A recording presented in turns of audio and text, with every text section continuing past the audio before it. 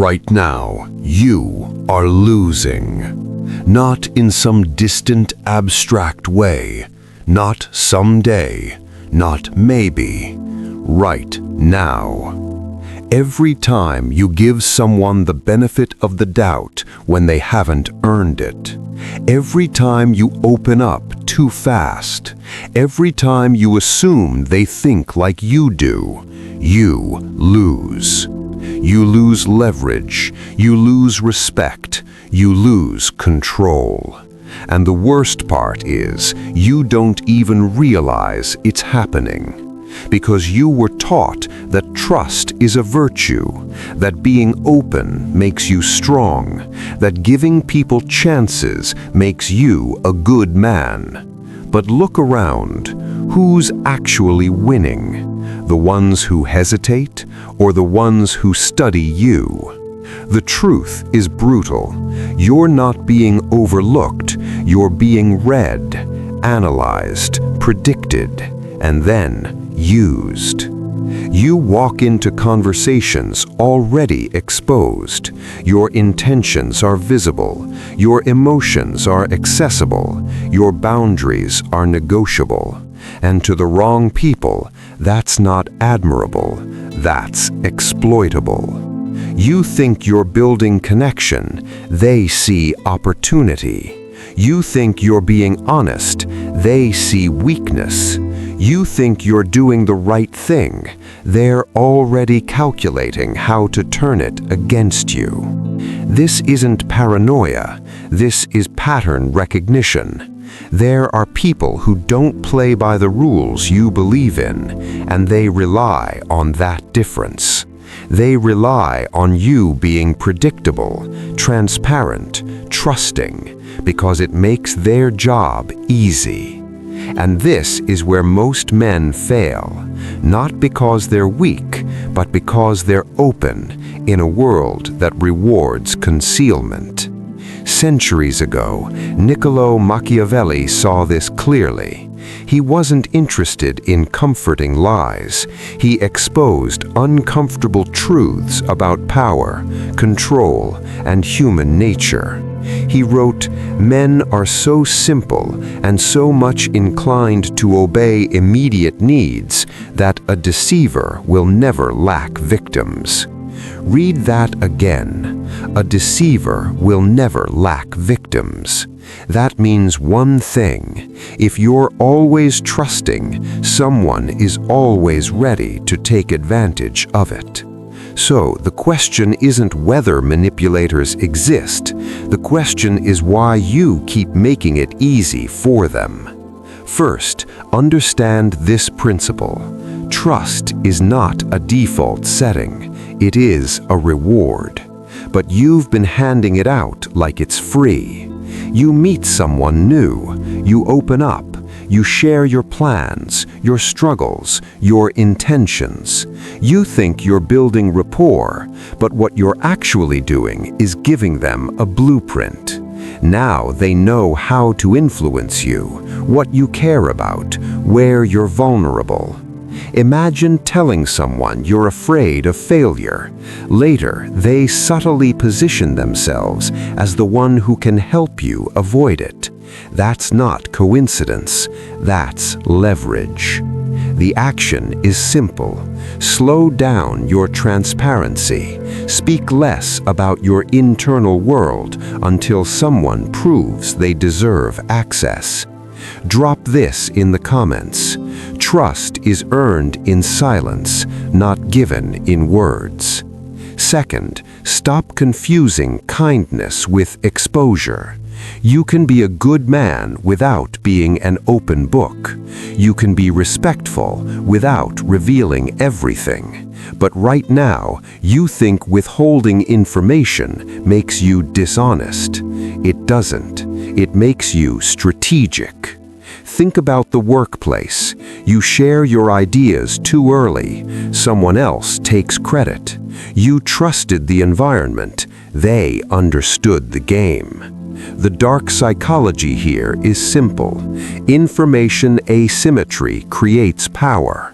The one who knows more controls more. So, your move? Observe more than you speak. Let others reveal themselves first. Silence isn't emptiness, it's data collection. Drop this in the comments. I observe before I trust.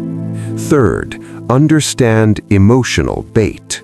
Some people don't attack you directly. They provoke you.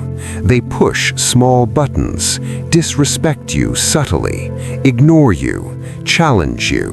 And when you react emotionally, they win. Because now they've confirmed your triggers. Now they know exactly how to control your state. You think you're defending yourself. They see a map of your emotional system. Next time someone tries to provoke you, don't react immediately. Pause. Let the silence stretch. Make them uncomfortable instead. Because the man who controls his reactions controls the interaction. Drop this in the comments. My emotions are not your weapon. Fourth, stop over-explaining. This is where most men give away their power without realizing it. You justify your decisions, you explain your boundaries, you try to make everyone understand you. Why? Because you want approval.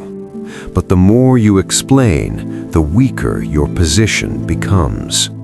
Strong men don't negotiate their boundaries, they state them. When you say no and then follow it with a long explanation, you invite negotiation. And manipulators love negotiation because it gives them room to push. The action is simple. Say less, mean more. Let your decisions stand without decoration. Drop this in the comments. I don't explain what I've already decided. Fifth, recognize patterns, not promises. Anyone can say the right things. Anyone can pretend to be aligned with you. But patterns don't lie. If someone disrespects you once, you might ignore it. Twice, you rationalize it. 3 times, it's a pattern. And yet, you still trust their words over their behavior. That's how they keep winning, because you keep hoping. Instead, track consistency. Watch what they do when there's no benefit for them. That's who they really are. This knowledge is for protection, not destruction. It's not about becoming cold, it's about becoming precise. Sixth, detach from the need to be liked. This one is dangerous, because the more you want to be liked, the easier you are to control. People can sense it. They feel your need for validation, your desire to belong, and they use it. They withhold approval. They give it in small doses. They make you chase it. And without realizing it, you start performing, adjusting your behavior, softening your boundaries, ignoring red flags. All for what? Temporary acceptance. The action? Be willing to be misunderstood. Be willing to walk away. Because the man who doesn't need approval cannot be manipulated through it. Drop this in the comments. I don't chase validation, I command respect. Seventh, build selective trust. This is the balance. You don't become paranoid, you become intentional. Trust is built slowly, tested quietly, verified consistently. You give small pieces, watch how they handle them. Do they respect your boundaries or push them? Do they keep your confidence or leak it? Do they act the same when you're not useful to them? This is how you filter. This is how you protect your energy, your time, your future. Because once you see it, you can't unsee it. The patterns, the manipulation, the quiet tests people run on you. And now everything changes.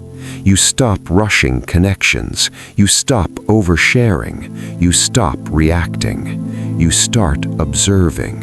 You start choosing. And that's when the shift happens. The old you is dead. The version of you that trusted blindly, that gave access too quickly, that confused openness with strength, gone. Now there's something else, something sharper, more controlled, more aware. You are a weapon pointed at your own future.